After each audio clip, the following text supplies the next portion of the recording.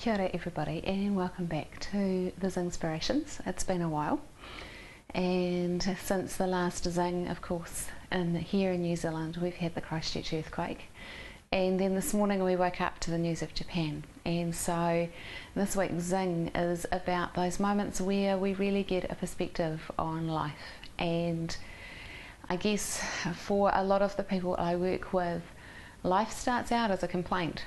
It starts out as something that's wrong. It starts out as the feeling of not being good enough, or of not having enough, or of life not treating them very well. And I spend a lot of time helping them see the things that they can be grateful in their lives. And gratitude's an interesting thing because it's overused, it's thrashed, and yet it's really, really relevant. And today perhaps more relevant than usual. And I think it's more relevant today because guess what? If you're breathing, if you can move your body, if you're alive, if you can go home to a family, or you can go home to a cat, or you can go home to, let's say, electricity and running water, then you're pretty darn lucky. And that perspective started with Christchurch, but man, has it been hammered home today. And so one of the things about Zing and about the way that I see the world, and the way that I therefore try and help people see the world, is that this is a gift.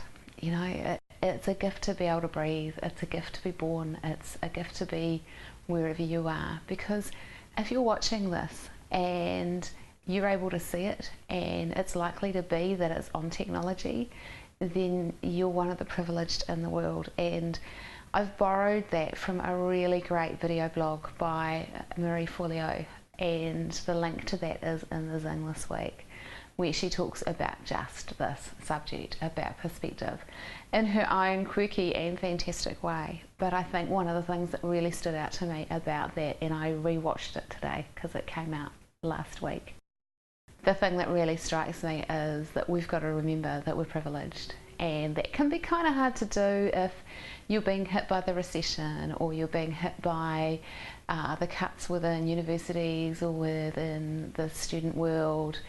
If something's happened within your family and there's loss, or there's death, or there's dying, and we can lose our perspective. And things like Christchurch bring that back. And so I guess today is just a big hug out there to everybody.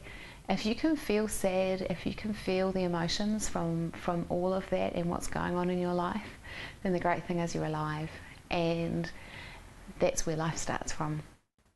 And I think that the one thing we can do, and the one thing that has the most meaning that we can do for the people that have lost their lives in Christchurch and in Japan today, is live. You can't not live for fear of dying, but you can live. And that's a really important perspective to come from. And I borrowed that line too.